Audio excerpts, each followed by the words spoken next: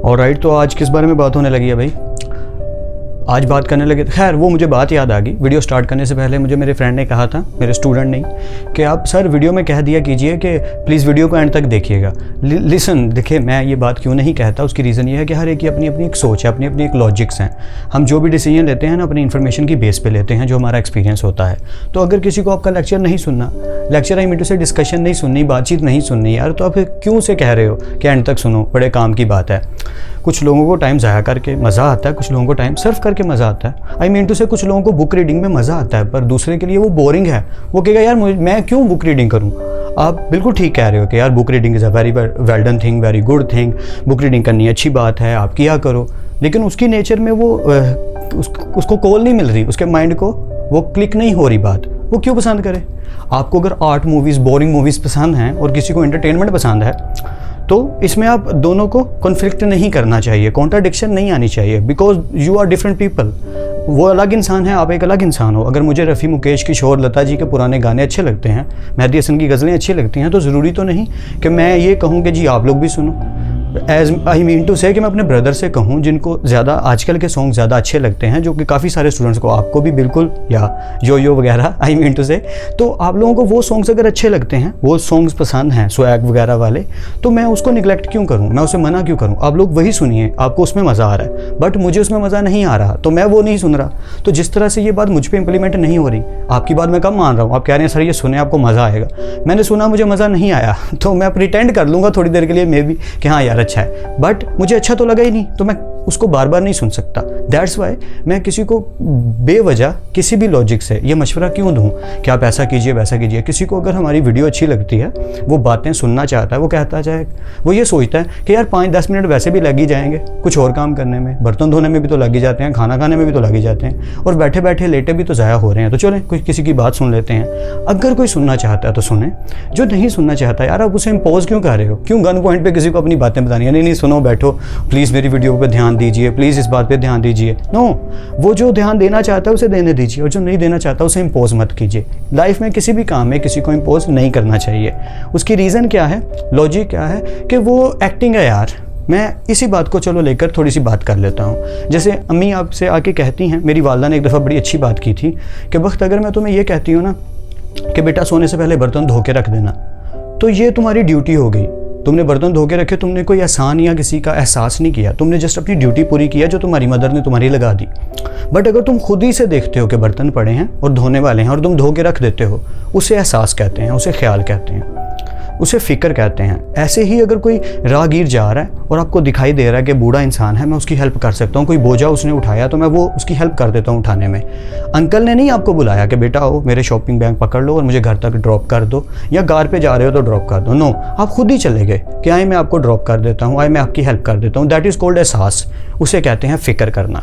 But अगर कोई कह के करवा रहा है, वो तो आपकी ड्यूटी बन गई। जैसे अल्लाह ताला है, अल्लाह ताला आपको 5 वक्त अजान के लिए बुलाते हैं, मतलब अजान देकर नमाज के लिए बुलाते हैं कि आइए और आकर मेरी तारीफ़ कीजिए, मेरे सामने शुक्र अदा कीजिए मेरा, मुझे आई लव यू कहिए, मेरी अता की नेमतों का शुक्र अदा कीजिए, ताकि अल्लाह ताला को खुशी मिले इस बात से, और मिलती है। तो वो तो ड्यूटी है, 5 वक्त नमाज अदा करना, ये तो ड्यूटी है। बट उसके अलावा जो आप कलाम पढ़ोगे, उसके अलावा जो आप कुछ भी कोई भी इबादत करोगे, दैट इज़ कॉल्ड आपकी शिद्दत वाली इबादत, आपके दिल वाली इबादत। वो इबादत है जिसके लिए कहा नहीं जा रहा, जो आप खुद से करने की कोशिश कर रहे हो, मतलब वो आप पे इम्पोज नहीं की जा रही। तो मैं ये कहता हूँ कि जो चीज़ें इम्पोज की जाती हैं वो बेटर नहीं होती उन चीज़ों से जो खुद से की जाती हैं। जैसे मेरे कोई स्टूडेंट्स होते हैं, जब मैं छोटे बच्चों को पढ़ाता हूँ कभी कभी, तो छोटे बच्चों को मैं देखता हूँ कि वो ठीक से स्टडी अगर नहीं कर रहे और उनके पेरेंट्स कह रहे हैं इन पे सख्ती करें, बहन भाई वगैरह भी यही कह रहे हैं, यार उनका माइंड बनाओ, उनका दिल करना चाहिए पढ़ने को। ये चीज़ नहीं है कि सर खड़े हैं, मम्मा खड़ी हैं, पापा आ गए हैं,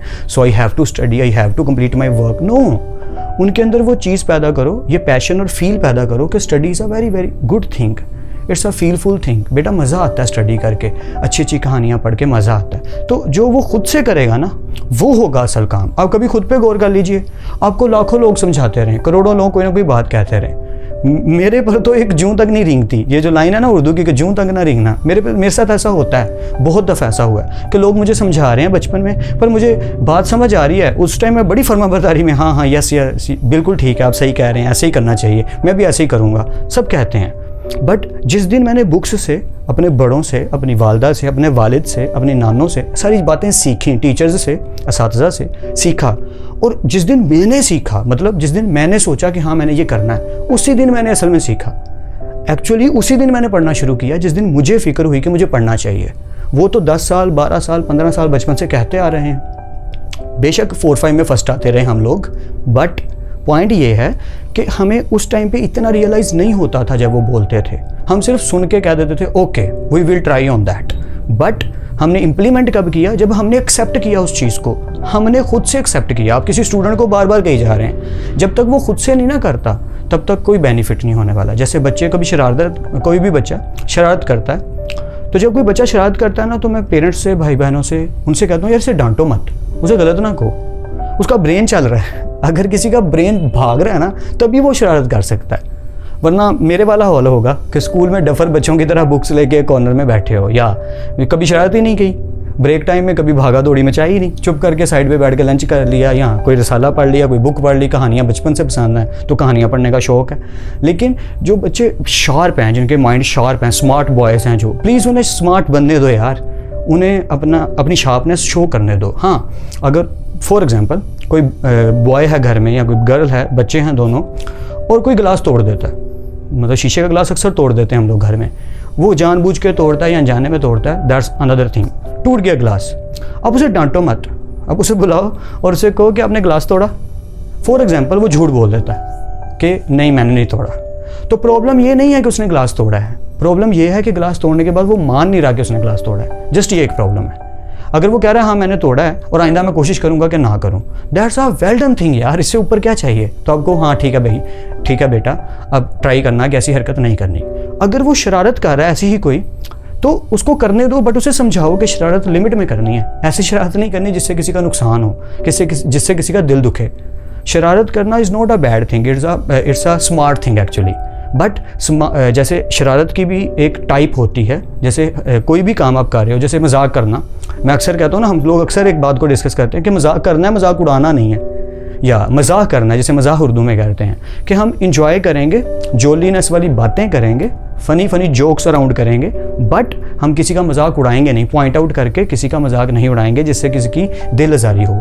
तो इन छोटी छोटी बातों का ख्याल रखना ज़रूरी है। तो आज के लिए इतना काफ़ी है, फिर मिलते हैं। अल्लाह हाफिज़।